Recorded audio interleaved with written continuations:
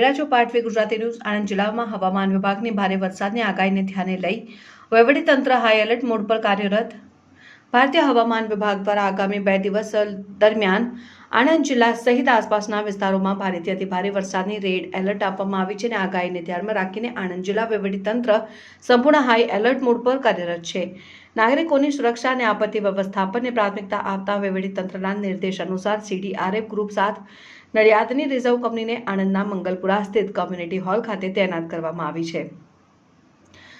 જિલ્લા કલેક્ટર શ્રી પ્રવીણ ચૌધરીના દિશા નિર્દેશ હેઠળ SDRF group 7 company incharge Shri BC વસાળાના નેતૃત્વ હેઠળ તેઓની ટીમ સંપૂર્ણ તૈયારીઓ સાથે સ્થળ પર સુસજ્જ છે।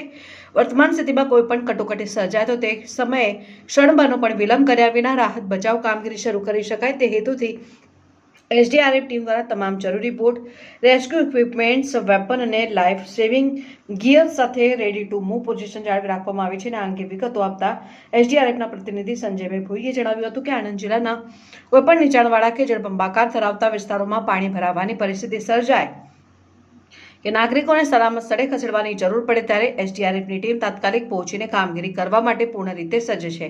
ઉલ્લેખનીય છે કે જિલ્લા વહીવટીતંત્ર અને SDRF ટીમ દ્વારા ભારે વરસાદની પરિસ્થિતિમાં જિલ્લાના નાગરિકોને તમામ પ્રકારની અફવાઓથી દૂર રહેવા અને જિલ્લા વહીવટીતંત્ર દ્વારા આપવામાં આવતી સૂચનાઓનું પાલન કરવા અપીલ કરવામાં આવી છે। પાટવી ગુજરાતી ન્યૂઝ CEO રાજ યુસુફભાઈ।